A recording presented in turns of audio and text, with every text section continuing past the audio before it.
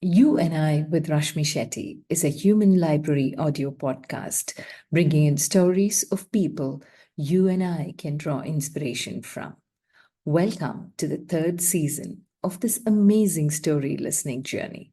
Ordinary folks, extraordinary lives, their uniqueness and individuality, making them interesting to talk to and to listen to, each one of them completely connected to the voice in me and with motivational stories of moving beyond themselves to make a difference in the world. A reaffirmation of the fact: open your eyes wider. The world is far more beautiful when we acknowledge the presence of both you and I. Our guest today is Dr. Rakesh Godhwani, the founder of the School of Meaningful Experiences that offers programs for working professionals, managers, leaders from corporations, governments, NGOs, academic institutions, and entrepreneurs on the 6 C's, namely confidence, communication, curiosity, creativity, collaboration, and competence. He's also an adjunct faculty of communication at IIM Bangalore and Ahmedabad University.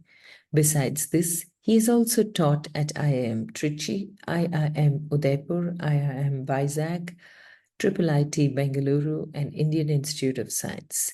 His courses are also run at various corporates. Rakesh is a much sought after keynote speaker in various industry and education forums. He's a podcaster and has a YouTube channel too, an author of 4 books. Rakesh's fourth book, titled Public Speaking Kaleidoscope, was released by Business Expert Press USA in May 2017. His earlier book, What to Say and When to Shut Up, was published by Penguin Random House in 2014 and translated into Marathi in 2017. Rakesh launched his online course on EDX and IMBX called Effective Business Communication, designed for learners around the world. Listen in as Rakesh shares his inspirational journey and what inspired him to start the School of Meaningful Experiences. Hi, Rakesh. Such a pleasure to reconnect with you. Welcome to You and I with Rashmi Shetty. 12 years, your journey at that time was, I think, as the author of Plunge. And that's when I read about you and we met. Since that point, you've done a lot, but I'm curious to know how Rakesh began as little Rakesh to the Rakesh Godhwani that the world knows you today as. It's absolute pleasure to reconnect with you, Rashmi, and I remember that recording really well and the chain of events that happened. It was almost like a fortuitous activity. When I wrote the book, I was thinking that how do I get on radio, and your message came. So it was almost like, when you want something, the whole universe conspires. And I've been a firm believer of that theory. And you just messaged, and it was such a nice welcome message. And it was a very funny event. I don't know if you remember. I think I came to your center in that beautiful building of All India Radio Bangalore recording office right in front of Raj Bhavan. Yeah. And your center head was also expecting some other person to show up for an interview. And he thought I was that person.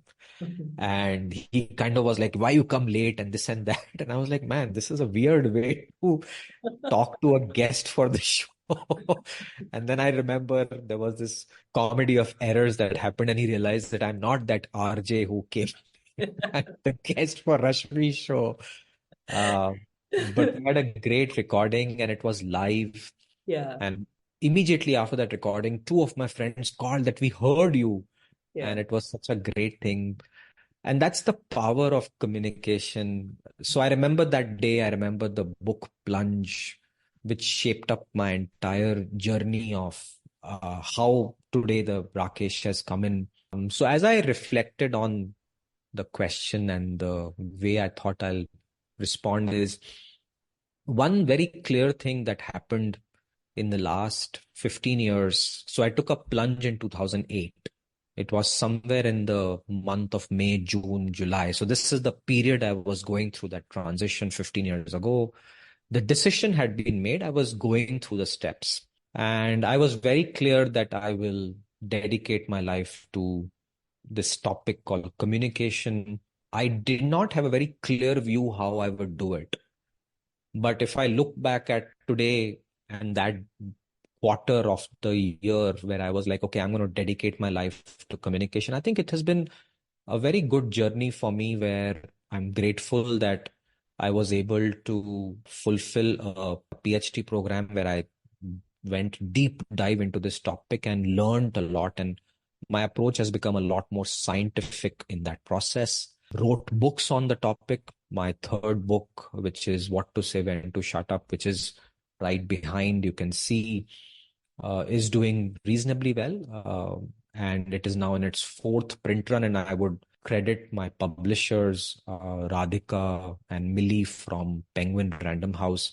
Also, I went and taught in good schools. One of them, IIM Bangalore, where I did my part-time MBA program from when I was working at Intel. So to get the support of my professors from that college and friends, plus various other institutions like IIM Udaipur, Ahmedabad University, Indian Institute of Science, and few other institutions, plus various corporates who now call me to help their leaders and managers into communication competence. And the final thing is, I started my own venture, School of Meaningful Experiences, completely focused on this topic. So I think I've kind of moved reasonably well on that 15-year ago Rakesh's dream. Um, how would I rate myself, and how did this all happen?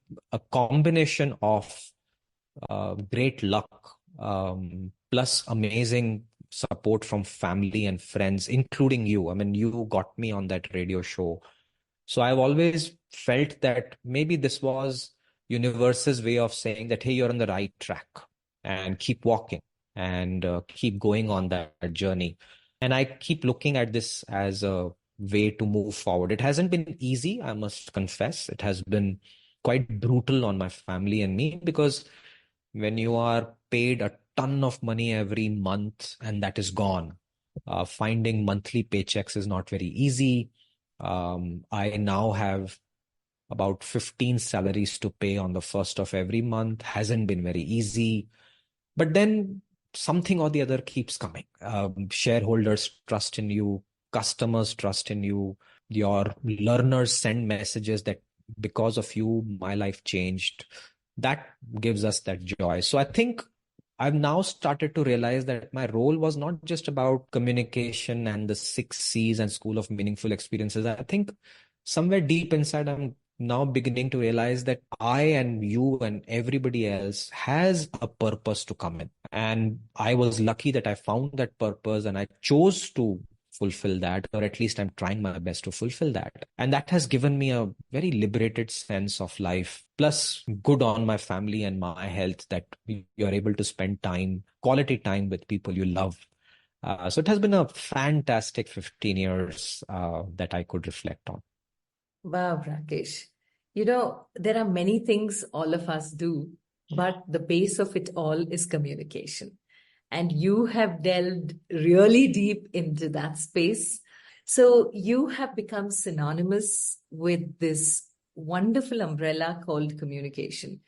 But looking back, what drew you into that? We do it 24/7, and many of us not even realizing how important it is. But what is Yeah. it about you that drew you into communication and made it your forte and the only space that you play around with?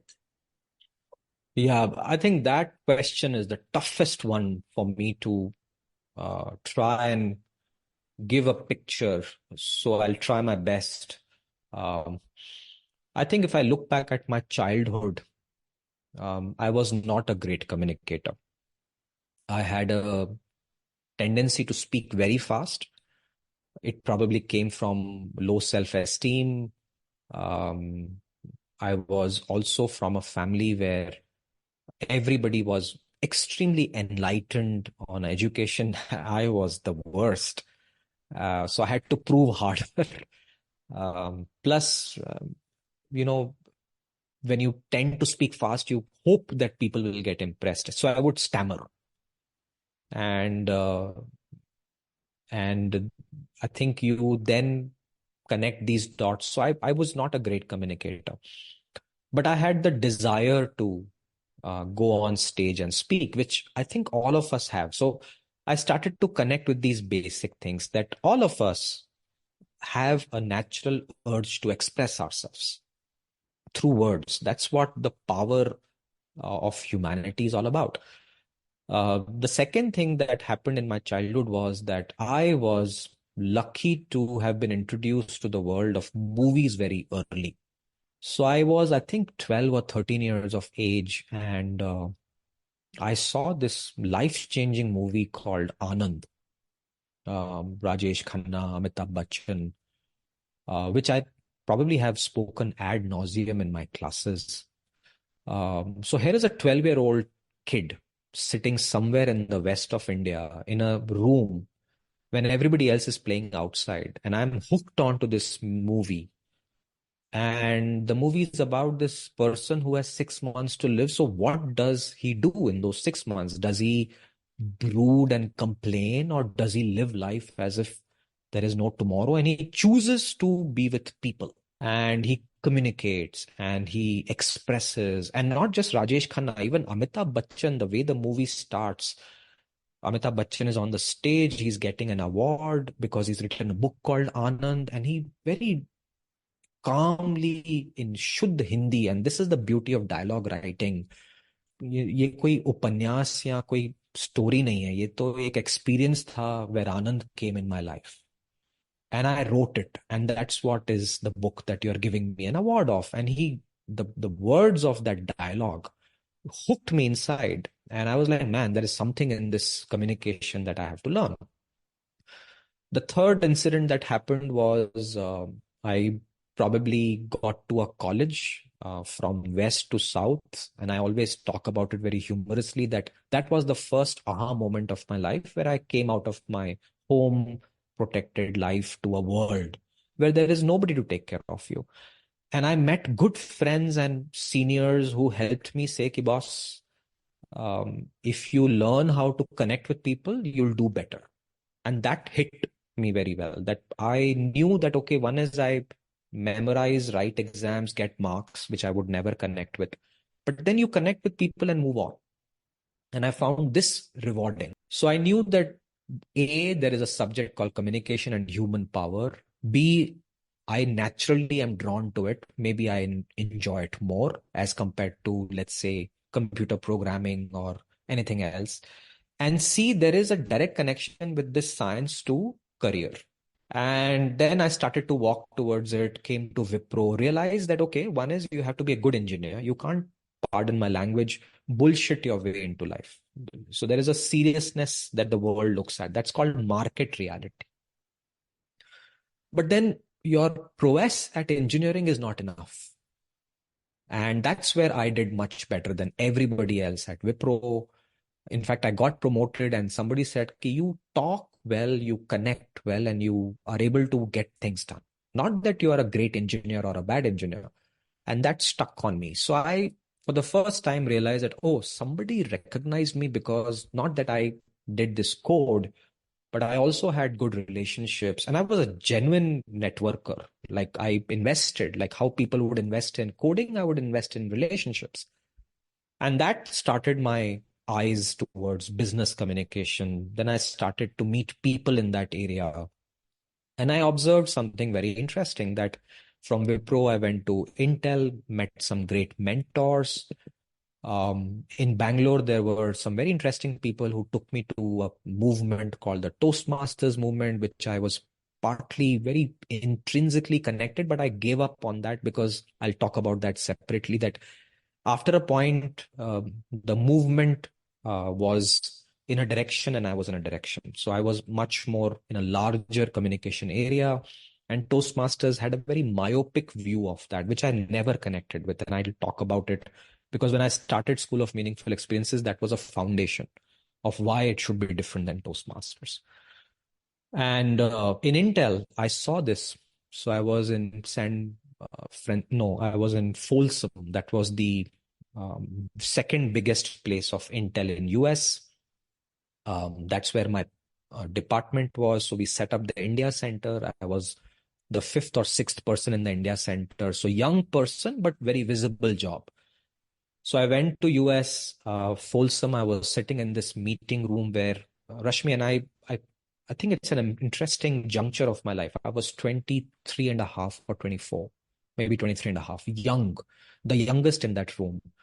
Something I don't pride today. I think the most inexperienced in that room. And by quirk of fate, I ended in that room. I didn't deserve to be there. So I saw people from all nationalities in that room. There were Americans, Europeans, Indians, Chinese, Pakistanis, Bangladeshis, Russians, you name it, they were there. People of all different shapes, colors, and sizes. And this was a tough problem at Intel. There was a customer issue from a very big customer. I think it was Dell or HP. Something broke in their laptop. I was in that department that was working on a chipset and the software for that laptop graphics. So we were in this room trying to solve the problem. And I saw something very interesting, which I had been observing, but that day it struck me that whenever the toughest part of the problem was being discussed, everybody looked at the Indian in the room. And that Indian is usually called the Desi, and let's call this person Srini. So whenever everybody would get stuck, they will look at Srini. Srini knew the answer. Now Srini will do mumble, mumble, mumble, mumble that only Srini will understand. And all of us will be like, okay, what did he say right now? And then there was a Westerner in the room. Let's call him Greg. Greg would paraphrase exactly the same thing that Srini said, but in a lot more polished way. So what Srini is trying to say is that if we do this and then do that and revisit this in 2 days after testing, problem is gone. And the whole room will suddenly spark up in a direction, and everybody would look at Greg, and Greg is this leader. And when the promotion would happen, Greg would get promoted, not Srini. So Srini would come to me कि यार क्या करूं life में कुछ हो नहीं रहा है. And I'm like, यार man, you have to communicate, you have to do something about it. So I would start helping Srini. And that's where my journey of teaching communication began. That not that I knew everything, I would just understand the science. So this became the foundation of why I gravitated more towards communication. And communication is not just oratory, which is what Toastmasters focuses on. And nothing wrong in that. But again, it has a very, very fixed, limited view of communication. When I started studying, it's a ocean. And one life is not enough to study, research, teach, write, and practice. So I chose a path that, okay, I'm going to help working professionals and managers with their communication problems, which is you're talking to a client, you are, fighting with people. So you have to resolve the conflict, you have to be assertive. Then you have to stand up sometimes and make a presentation. You have to write something, you have to create your own path, and it goes into leadership, which is the area that I focus on, which became my PhD program. So I invested on that.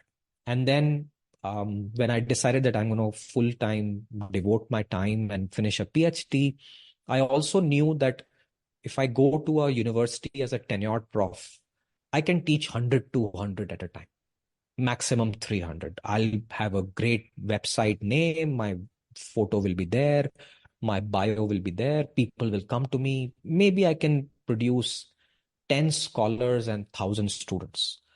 But I said I have to take it to millions of people. So that's where I decided that entrepreneurship is the only way forward, where I can create programs and scale it. And tech is a very big part of it. And that's how the whole piece started to come together. So as I look back, and again, this is what Steve Jobs said, that you can't think forward. You can only look back and connect the dots, which is what I did after you called me up and I reflected on it. That I think it was points of the life that kind of fell in place. And luck plays a good role. Track record plays an important role. Then the shareholders who invested in me, they play a good role, because at some point of time, I can't do this alone. and it requires a group of human beings to come together. And I can now tell you, Rashmi, that it's surprising that a country like India, where everybody knows that this is important, we give lip service to this program, right? I mean, even till today, every human being in India knows our education system is broken, but we still will not do anything about it. We'd love to talk about it. I have been a person who always has a different value system, that if I believe in something, I will first act on it. So if I say communication is important, I'll first teach communication. I'll set up a system on communication. Then I'll talk about it. Even when I became the head of alumni of IIM Bangalore, I became the head of alumni because everybody would talk about that alumni are important, but nobody would do anything about it. So I said, okay, I'm going to become the CEO of the alumni office of IIM Bangalore. 6 years I spent there, had some amazing time. It also gave me a sneak peek into education systems, which require, I think, a humongous shift in the way they operate. And it's slow. It's not going to change so fast. So I started to see this back-end view of education thanks to all of that. Plus, when you're in a classroom, you understand education a lot differently. It's not just about lecturing. It's about giving feedback. It's about being there for your students. And that's where most communication trainers don't get it, that communication trainers end up doing communication because it makes them feel good about themselves. It's an amazing, when you get appreciated, who doesn't like it? Toastmasters have the same problem. It becomes a very self-fulfilling theory that I'm a great speaker, I get claps. And I somewhere disconnected with that my intention was that, hey, you are a great speaker, which is fine, but become a great teacher first. And that has nothing to do with oratory. It's about a very different dynamic. And then you have to walk the talk. You have to then create your own social media. And then the social media revolution helps. So YouTube, LinkedIn, and I am one of those teachers who says, first you build your YouTube channel, then talk about how to build YouTube channel. And it's not easy. And many teachers don't have that, right? That many teachers teach something, but they haven't done it themselves. And I don't connect with that. So that's the reason I decided that School of Meaningful Experiences becomes my way of creating an institution where these things are taken seriously, that you first do good communication, then you come to a classroom and teach good communication. You walk the talk, you write cases, you change lives, and people start to say, oh, wow, I can do this. It's no great shakes. And you give them a scientific program, which is not a copy paste of the Dale Carnegie book or the Toastmaster manual. So you literally sit down and write a book for Indian students because there is a different problem. And these are the important things that SOME's foundation became. So it's been 6 years now. We are somehow surviving. But we are very clear that this is how we will keep moving forward, and we'll slowly spread the whole science of communication. Yeah. Oh, this is so interesting. You were in the right place at the right time in certain cases, but you also were very perceptive to see certain things many people did not recognize as you were growing up. Like a 12-year-old being hooked to the opening of Anand to understand communication. Maybe at that time, you did not call it communication, but something in the way it was spoken drew you into watching the film. And now, before we go further, Rakesh, since you are synonymous with it, how would you define good communication? I think you're too kind to say I'm synonymous with it. I think, but I'll accept that with gratitude. Let's look at a good communicator. The way to understand that question then changes to who is listening to the communicator. And that's where things become very interesting. So this is where I decided to narrow it down. The first step of being a good communication researcher, or even a person who understands that, is break it into a step-by-step subject. So I'll give you a little bit of a overview of why communication has fallen down the cracks. The first big structural problem was everybody in India and Asia thinks, and thanks to the horrible colonization that happened by the Britishers, we have always confused communication to be English language. So the linguistics department becomes the, godfather of the subject, and it's not. It's a very basic human need which comes from social science, and language is a tool. So you can be Hindi, Tamil, Gujarati, Italian, French, Chinese, but then you connect with people. So I figured that out, that, oh, okay, now I know why we were not taught this subject, because the English department would think we will teach you. And that has a limited view. Only a few students who had access to that would get it. So that is one big problem. The second big problem is university systems decided to argue on it, ki chalo, let's remove them from linguistics. Now, which department owns it? And there was only one. It was humanities. So they kind of, ki chalo bhaiya jao, go to humanities, and there would be some poor professor from social science, maybe psychology. And I've seen in universities, sometimes a financial academic is teaching communication. And there are challenges there, that there is no real home in a university for communication. So it ends up in the humanities department. And humanities department has their own pecking order. The third is business schools. Business schools were the first schools that realized that, oh, this subject is very important in professional work. But then by 1980s, new subjects became more sexy, which is strategic thinking. So the professors who were earlier teaching communication suddenly were called strategic consultants. And, and I've seen this in business schools, there are professors who are teaching communication, but they don't want to be called communication professors. They want to be called HROB professors. Now, could be an issue, and I don't disconnect with that. And this subject is like fine arts, that nobody wants to teach it, but everybody says it's very important. So I think then my journey began, that, okay, let's forget all of this, because this debate has no solution. It's about claiming a place in the world. And I mean, by now, you know that I have left that need for having a title very early in life.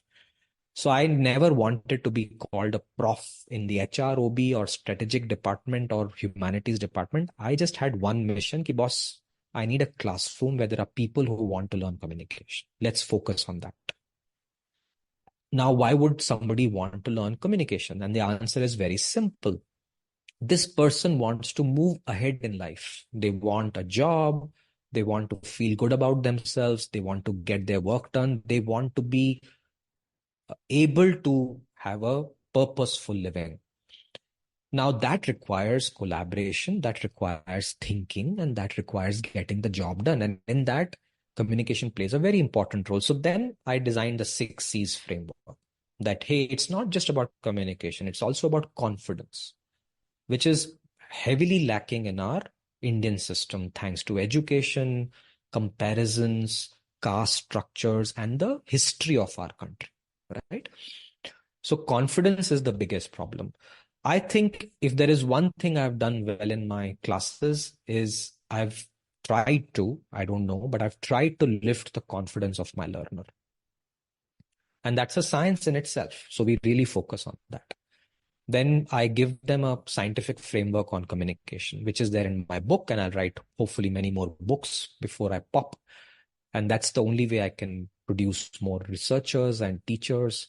The third is the curiosity, creativity is very low in our working professionals. They're smart people, but because they have just memorized all their life and they follow this copy paste method, their curiosity, creativity is very, very low. So in my classes, that's why I bring movies in the discussion, because it suddenly creates a whole vista for the learner. So maybe that causes a very good connection with the learners.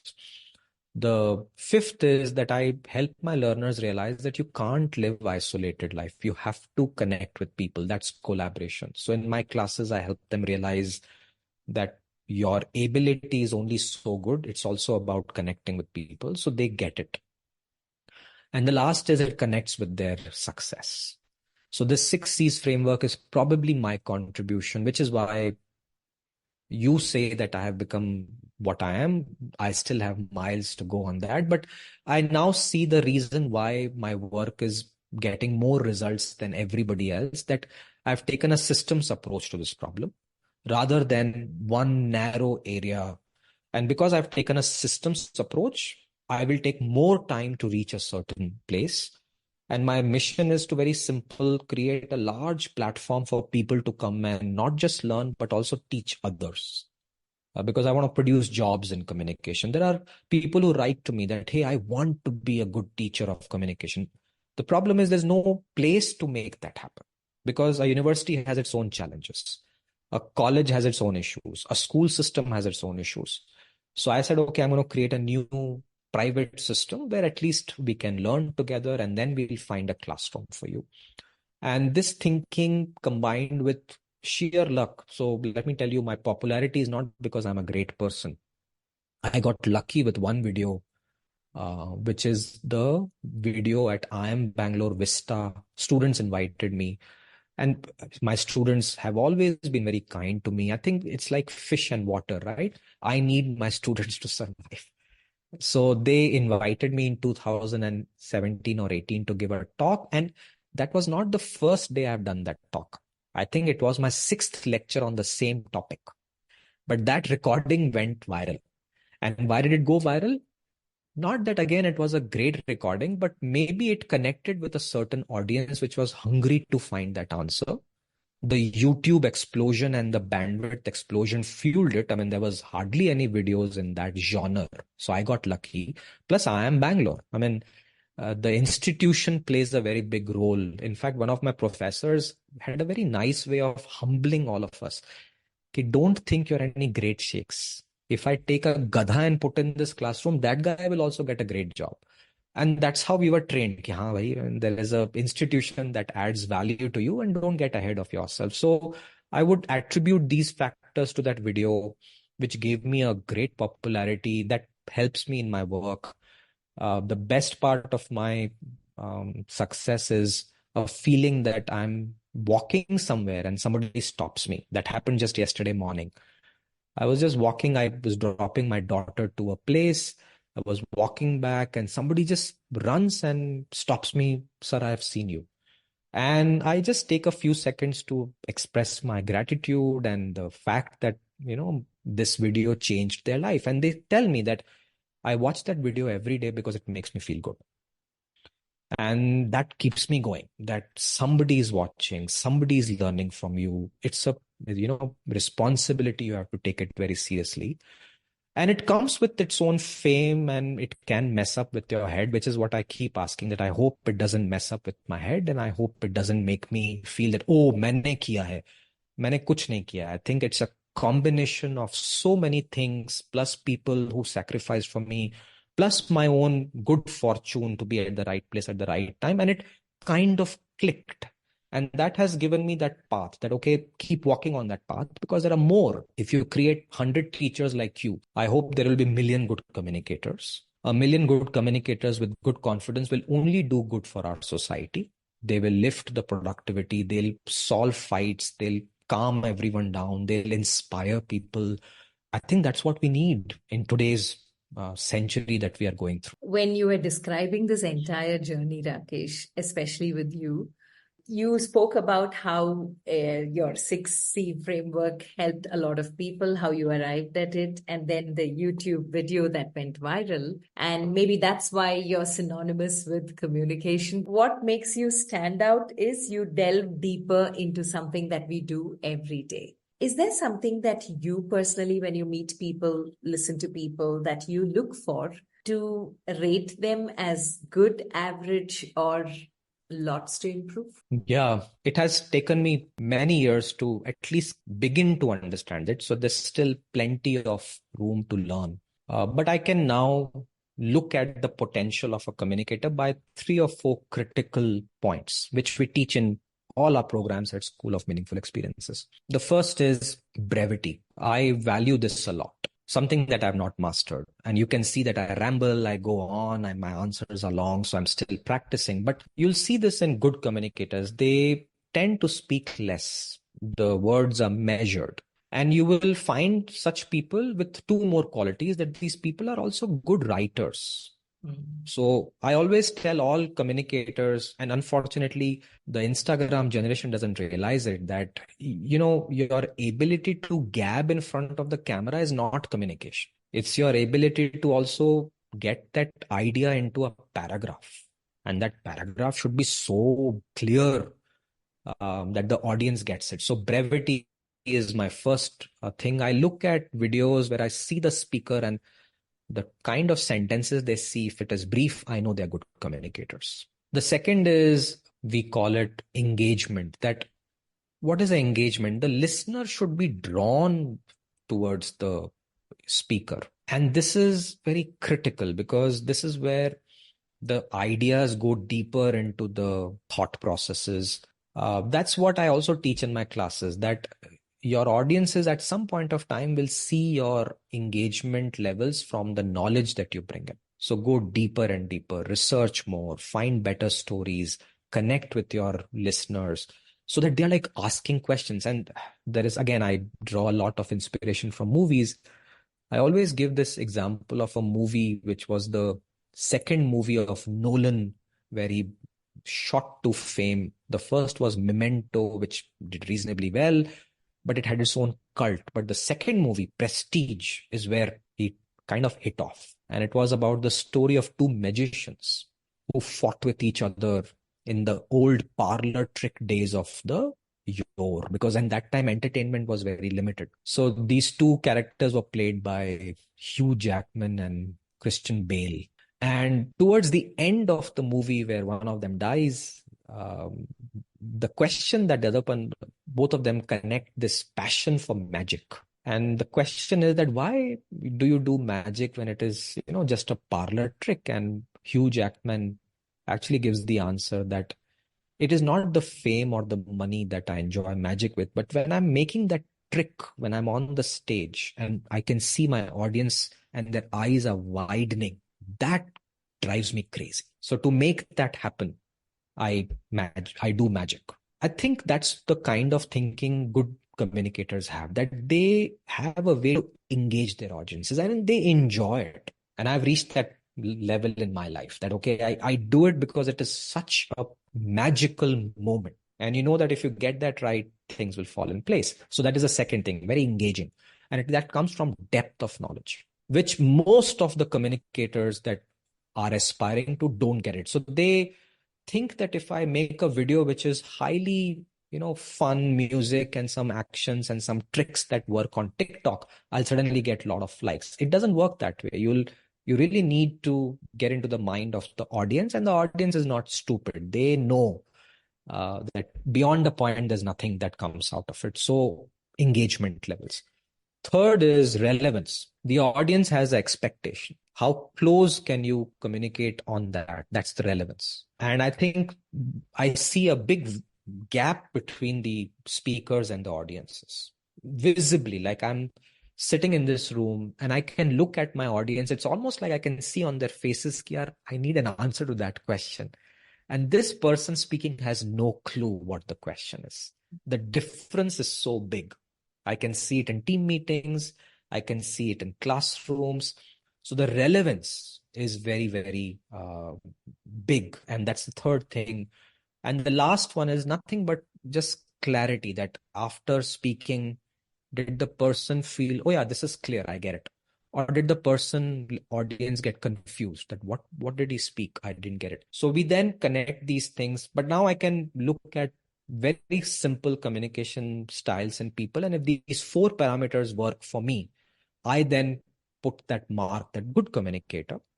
Now, from that, there is a path, that how do you become a better and a great communicator? And it takes a lifetime to probably become a great communicator. Very few people have cracked that. Good communicators you can become with training programs. Better requires practice, feedback. Great communicator, I would say, then you become a master of the craft.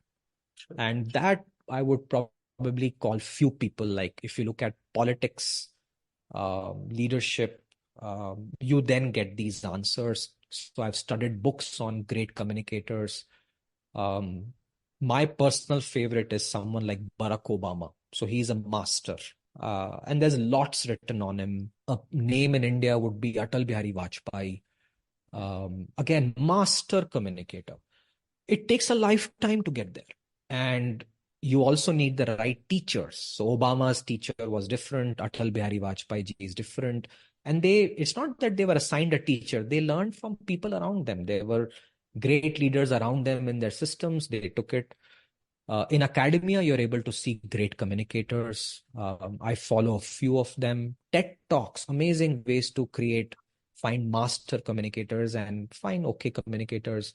Business studies. Now there's plenty of videos on YouTube where you can see a business leader speaking, entrepreneurs, and that's how you do it. That's the way I would like to work on. One question at this point, when did you realize that this is the moment that communication is my forte, my purpose, and I'm going to go ahead? Was there any like coin drop moment when you realized that that's where you're going? Because you're a qualified engineer, you could have gone in that direction. But what was that moment that told you that, okay, communication is where I'm supposed to be, and that's my purpose? No, so I must disappoint you. It was not a coin drop moment, but a series of points. So if I would make friends, I would make friends who were good communicators. So that was the first shift in my thought process. Okay. And I was lucky that I always made friends who were like twice my age. So I was drawn to wisdom and drawn to people who could communicate better. Maybe that could have been the coin drop, or at least the pattern. The second thing is my parentage. I mean, I come from a family of teachers. So there is some hereditary gene that I realized very later on. And that probably happened when I started to be invited to give talks to young students. Because when you're working with Wipro, Intel, Qualcomm, and you're doing very well in life, you get invited to schools and colleges because they want to inspire the students to take up engineering science. I didn't know that I was being invited because I'm from these companies, not that I'm a great communicator. So I would go to these rooms, and that classroom experience was that scene from Prestige that I started to see 20 of them switched off. The backbenchers completely dozing, but this 5 people in front of me, their eyes becoming bigger and bigger. So I did hundreds of such lectures. And this is that whole 10,000 hour rule. There probably can never be a coin drop moment on what is your purpose. It's always a journey. And the steps are that you do something. If it excites you, you do more and you keep doing it. And one day you're like, oh, wow, this is great. And not just I enjoy doing it, but also I'm good at it. So both the points coincide. So I think by the year 2002, I was very clear that I enjoy this space a lot more. By 2003, I started looking out for opportunities to teach. So I started teaching on weekends from 1999. Before that was just random. But 1999, I started to really invest time. 2003, I started looking out for opportunities. I think I taught my first full-time program as a professor or a teacher. The word professor is a designation, was in 2004. And then 2005 and 6 more opportunities. Then I had 2 jobs. And then very clearly I had to decide that, okay, I'm very good at this job as well and this as well. Which one do I pick? Otherwise, I'll probably not be able to do justice to both. And that clarity came in 2006. Very clear. I can tell you that scene 2006 or 7. I think I had just traveled. I used to live out of a suitcase because when you're part of a multinational in a very senior position, fast track leadership life, it's a very fast life. So I used to live out of a suitcase. And this was the dream in the classroom, right? When you're a student, you want to live out of a suitcase, get a business class and this and that. So that happened very quickly. So I was living business class life out of a suitcase, but I was totally exhausted one week. And my family was in Bangalore, I was in Bombay, and I was combination of tired, homesick, lost, confused, reflective. What do I do with my life? And I called up my office and told my colleagues that I'm not coming. So my executive secretary assigned to me thought that I'm burnt out for a week. So let me just cancel all appointments and kal tak aa jayega office. So I'm in Bombay. I come to Bandstand. That's where I used to live. I could afford. And I had a chai shop and I called that person ki aaj chai leke aa because I'm in a philosophical mode. And that's the coin drop moment where I decided. So very clear, I was sitting, it was a warm Bombay day. I was looking at the Arabian Sea. This is that bandstand area. Shah Rukh Khan's house is at the back, and Taj West Land's End is on the left, and this beautiful joggers park, and a simple shanty serving sweet chai for 2 rupees, 3 rupees. So I just sat down and I reflected on my life that, hey, what do I want to do? And I wrote like a piece of paper and did a little bit of analysis that on the y-axis I said how much I'm earning, and on x-axis I wrote down Monday to Sunday. Monday to Friday I'm earning a lot. Saturday, Sunday I'm not earning anything. But then Monday to Friday I'm also not very happy with the kind of job I'm doing. But on Saturday, Sunday, I'm teaching and I'm super happy. And that's the pin drop moment that I looked at this graph and I'm like, hey, I'm in the wrong industry. I think I'm spending all my life in an industry that pays me very well, but I'm not able to utilize the maximum potential and the joy I'm supposed to get. It's not joy, it's a combination of flow and other concepts. But on Saturday, Sunday, when I teach, I don't earn anything or maybe very little, but I'm super duper productive. So the question then became that, hey, I'm supposed to be here, which is education. Communication is the subject. Because of so much of practice, I know I can do very well. Now I just have to find a way to pay my bills. That was the plunge. And that started that whole journey. Of course, I got lucky, and it was a combination of stupidity. I could have failed miserably. I still can. I mean, anything can happen in entrepreneurship. But if I look back, that coin drop moment was not the communication part, but the coin drop moment was I am in the wrong industry. But before that was a 10,000 hour rule of making sure that you enjoy communication, teach it. It's not just infatuation and a fling. You're very clear that this is what you will do. And deep inside, all of us have these thoughts. There is something we are very good at. We know it. The choice then becomes, do you want to pursue it or do you, yeah, 55 के बाद करेंगे, which is what most parents say कि guitar बाद में बजाना. That's how they teach. Yeah. So I said, no, I'm going to play guitar right now and then figure out everything else. Yeah, and that's where the meaningful name, School of Meaningful Experiences, comes into play. How was this born, and what made you plunge into that space of starting a school and have such a beautiful name, a long name, and still, like, was it literally what you went through that translated into the title of your school, or the entrepreneurial journey that you got on? And tell us about that journey. Yeah, no, that was a coin drop moment. So I knew I will start a company. This debate was very clear by 2017. So I finished my PhD. By that time I was anyway teaching in IIM Bangalore, IIM Udaipur, Ahmedabad University, and then you have IIM Trichy, IIM Visakhapatnam, SDM, Mysore, and my friends are everywhere, so they would call. By that time, everybody knew that I've done a PhD, so I now am a lot more connected with this topic from a research perspective. So my chances of getting into a classroom as an adjunct professor was very, very good.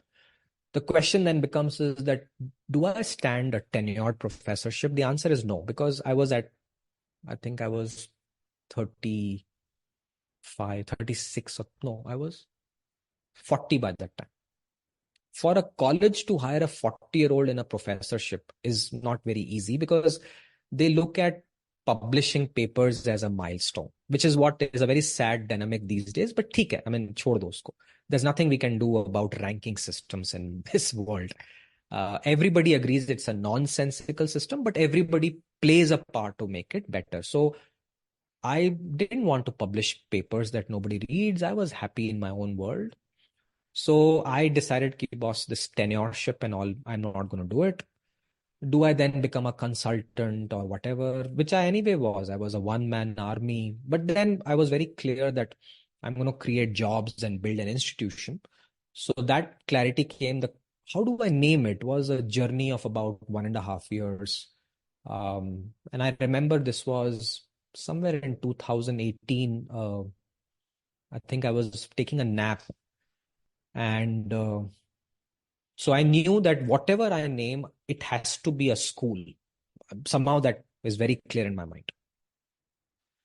The question then became a school of what? I mean, school of communication, school of speaking, school of 6 C's. So by that time, 6 C's was also very clear. And I was like just thinking and resting, and I had lots of notes. So I would read them, and I was sleeping. And I think I was in my sleep where my consciousness was very alive. And I had written plunge. I talk about it. I understand the word, purpose, experiences. I always felt that the biggest problem in education is that the experience for the learner is disgusting. So the word experiences flashed. Oh, school of experiences. Okay, now we have got something. And somewhere I was like, okay, what is an experience? It doesn't make any sense. And then suddenly, I think somebody would have said it to me, or my son would have said it here. This is a meaningless experience. And that's when the light bulb struck that, oh, yeah, all of us know that education is such a meaningless experience. We all come out of it disgusted. Ki boss, I'll never enter a classroom again. And I said, that's the problem I'll solve. That how do I take these completely disillusioned learners who are coming out of the education system, who have had a meaningless experience, to become better professionals and managers and human beings with a meaningful experience. So then it kind of SOME kind of happened. I woke up, ran out. My wife was having chai. It was, I think, 4:30 in the afternoon. I said, and my son was there. This was a time where all of us were together. And I said, School of Meaningful Experiences.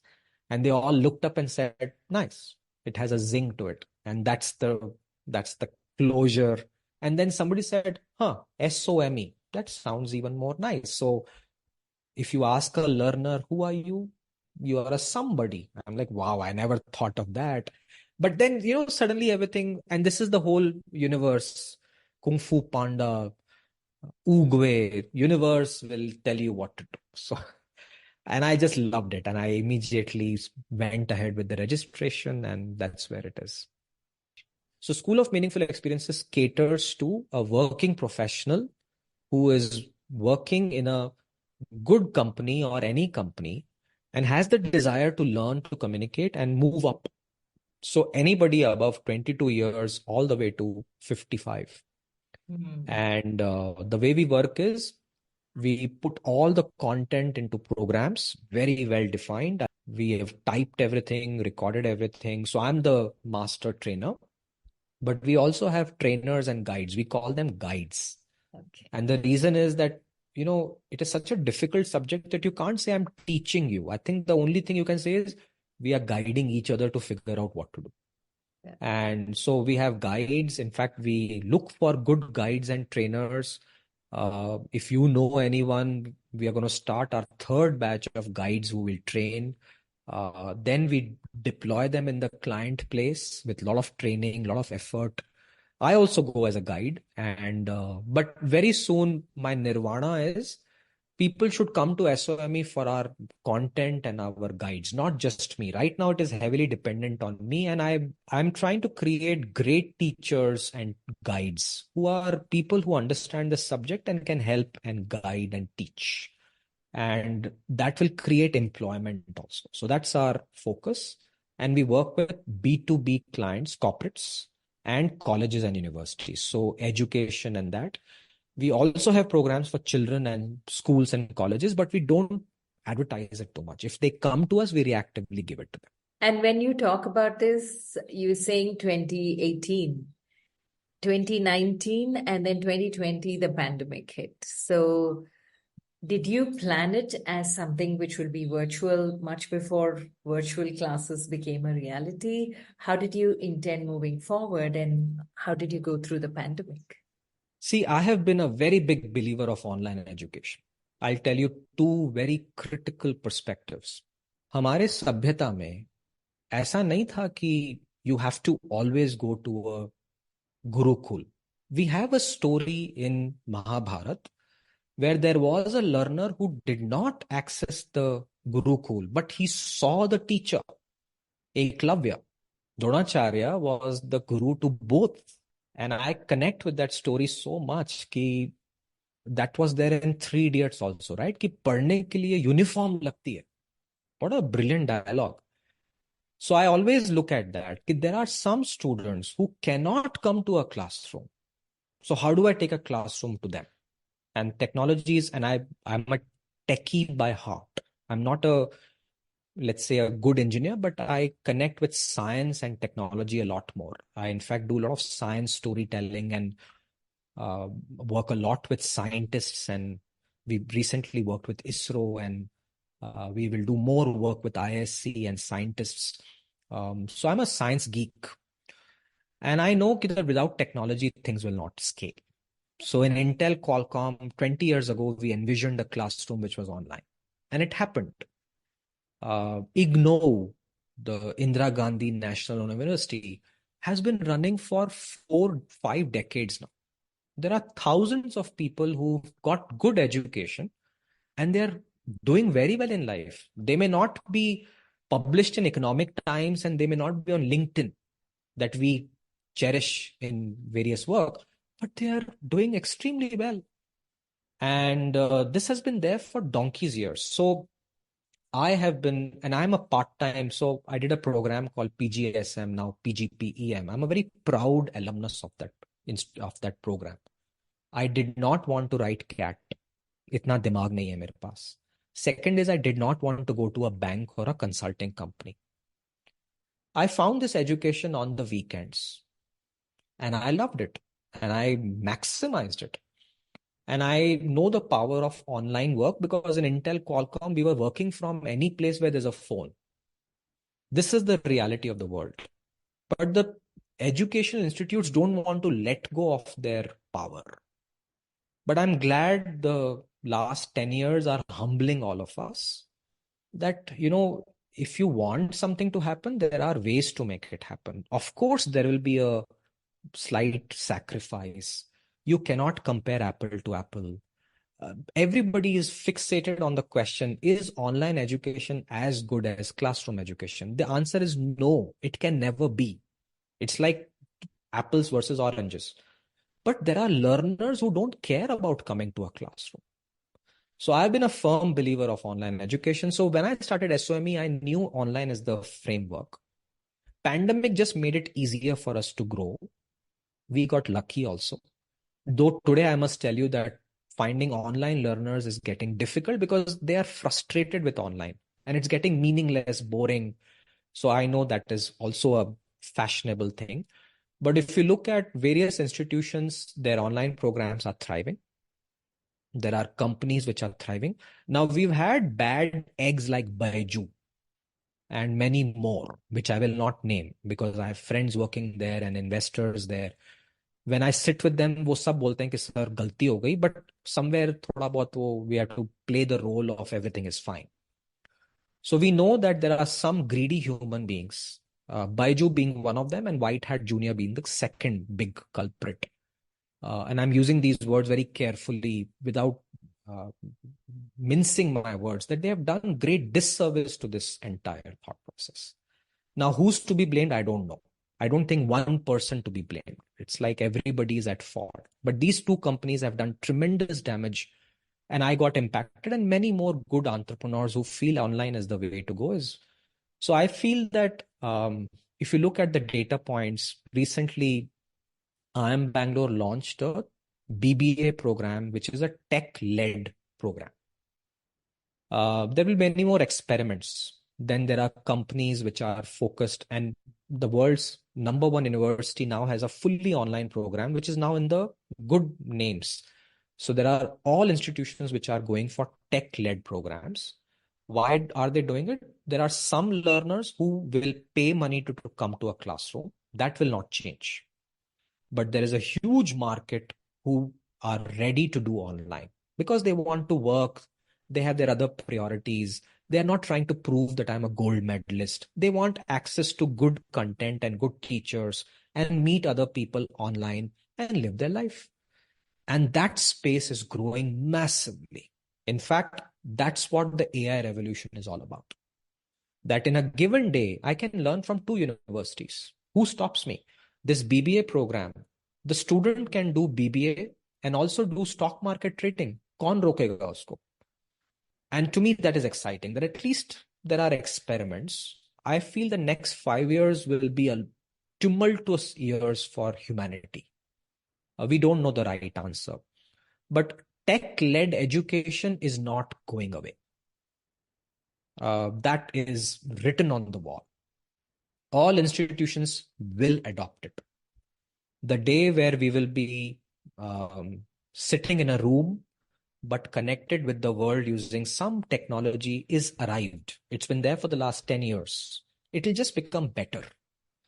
And 20 years ago, none of us even thought that we will rent our rooms on Airbnb. We will do ride share. The world changes very fast. So it used to take 10, 20 years earlier. Now it will take 3 to 4 years for people to quickly change.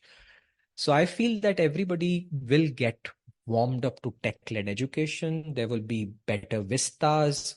This whole journey of finishing education at 21 will stretch. People will now do part-time education, work, then full-time, then work, then part-time. So it will stretch to 30, 35 years. And then people will also not work for, not study for 10 years, rejoin at 40, 45. And already there are a lot of experiments at this second inning, third inning, and fourth inning that I believe in. So I feel it's a combination of various answers, but you asked me a pinpointed question. Pandemic helped us, but that was a it was not a great experiment. We got lucky. Post pandemic, we have also set up places where people come to us. We go to meet them. So it's a blended learning. There is no one in the world who can tell you that, is this the right model? Because the model is evolving. So people like me are adjusting to everything. And we call it blended learning. Yeah, and I think that's what meaningful experiences are all about. Blending, learning, moving ahead. And just, you said you thrived in the pandemic, but then when it came to life itself for a lot of people, there were a lot of personal reflections when it came to the pandemic.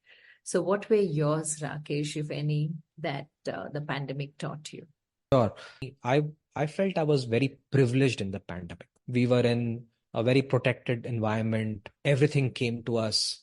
So I feel, again, that's a purpose, right? That you have a larger job to do and you have to be very conscious of that. So when I saw people not realizing how lucky we were in those days, especially people living in top cities and in neighborhoods, which is privileged neighborhoods, and fighting on issues that we should not let people from outside come in because we are at risk, was a turning point in my thought process, that I thought very differently. Instead of fighting with people, I would say, oh, I think I'm having this privilege because I have a larger purpose when it's over. So that strengthened my belief in the work I was doing. So pandemic gave me that clarity. It was very clear that, hey, the world is going through a bad time, but I think I have a larger purpose which I will wait for, and I will make that happen. Second thing was extreme sense of joy with the family, and we are all together. So we really enjoyed Netflixes and Amazons, and my knowledge systems increased. So I read a lot. I walked a lot. I spent a lot of time with my family. We were lucky to be together. Our little third daughter came, so we had a toy to play with, and so I think that taught me the value, and I had left a very successful life to be with my family. So that happened. And the third thing is how, at least I really find this in humanity amazing, that uh, we may argue with each other, we may fight with each other, but when something, a larger enemy comes, we become one. So I saw that people became one and we fought that. And to me, that is the ultimate path, that when you discuss that the world is going to hell, I say no. I mean, it's not true. I think we humanity have a very brilliant way of coming together and uh, fighting the evil, which was there in that movie Batman also, right? That Joker would say ki the human beings are not good enough, but he does a social experiment. So my belief in those things, that there is something called good. You can choose to be with good. You can choose to be with bad. The pandemic taught me that, hey, stay focused on your good values. There is a time which will heal things. Stay humble to the fact that you are safe and you can do something. Be grateful for family and health. And I really did that. And in that process, see if you can help someone. That is very critical. So I'm part of a NGO where in Bangalore, in Jayanagar, it's called Vishwas. We offer lay counseling to anyone who wants it, completely free, confidential. So I volunteer on one day, and the day the first lockdown eased, that certain services could be given and Vishwas was ready to operate, I and few others were the first ones who went. We would sit there, people would come. And that was a time I realized the power of giving back, the power of really being there for someone. And that connected with my own thought processes, that, a promotion or some financial thing will give you some joy. Teaching gives me more joy, but then helping someone gives me the joy that I can never describe. So it kind of falls in place to your role of a meaningful experience, a teacher. I've also must confess, Rashmi ji, that I'm now an extremely boring person in social parties, because this is how I speak. And in social parties, nobody's going to listen to this kind of a lecture, especially when you have a glass in front of you. So I have not been invited to lots of parties, which is great. And I to connect with people who are like me now, and we find our spaces. Thankfully, my family is exactly like this, so we have our own little space, and we're very happy with that. I think at the end of the day, that's all matters. So you're doing it right for sure. And any highlights, Rakesh, in this journey that you've taken and you've taken us through, any highlights that stay with you, moments that make you smile, that, yes, I'm on the right path? Yeah, no, every day, Rashmi, I wake up, and the only question I ask is, do I feel excited that I have a class? And the answer is surprisingly yes. So the only thing I can share with all of you through your podcast is that if there is this excitement in you which is alive, you're on the right track. That's the only way I have realized.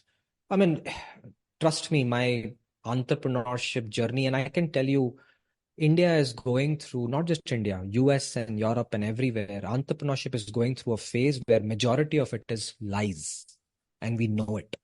Yeah. It's very sad, but it is happening.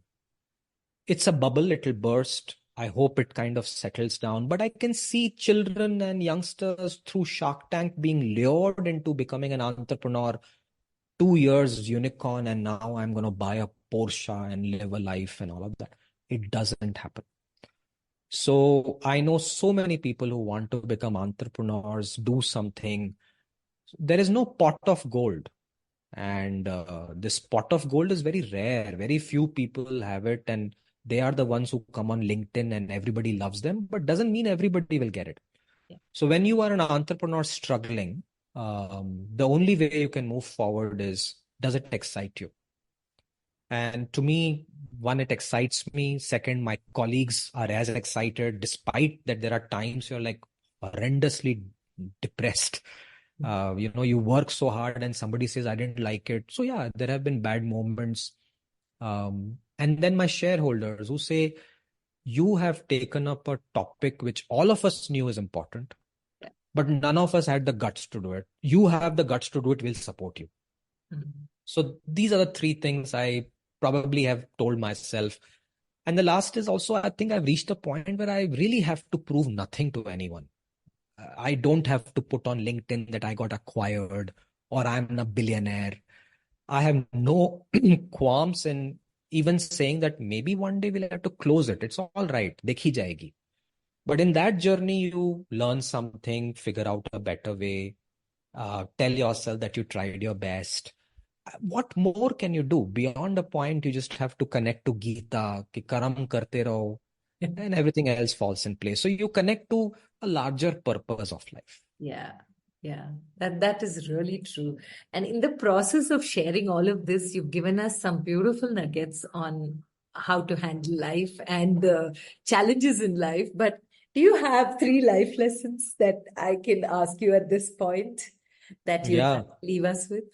So it changes, but since we are talking today, I'll give you a context of today because I want your podcast to also be a way that somebody listens and it can change the way they think.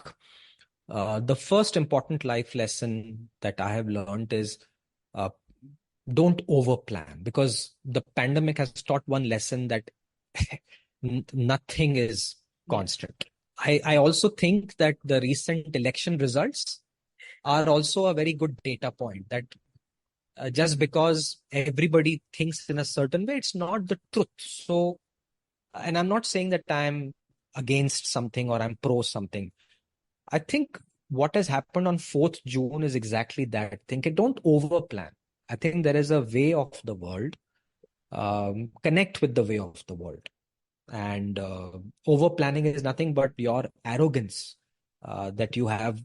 You think that you're in control of something. You have no control on anything. That is a very big lesson for today's VUCA generation of 2024. The second is be willing to deal with ambiguity a lot more. Things are shifting so much.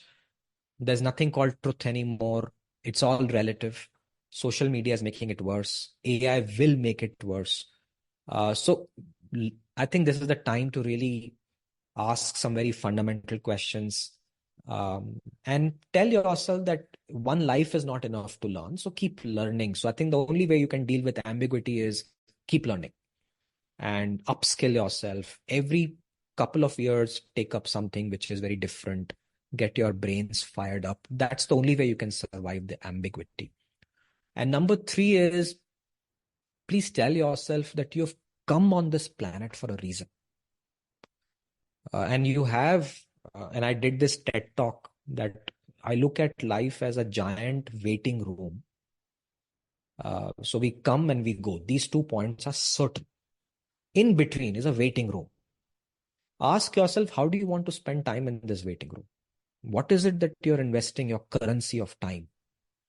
Is it on nonsensical things to tell others who you are? Or is it about doing something that you're meant to do and then decide your life accordingly?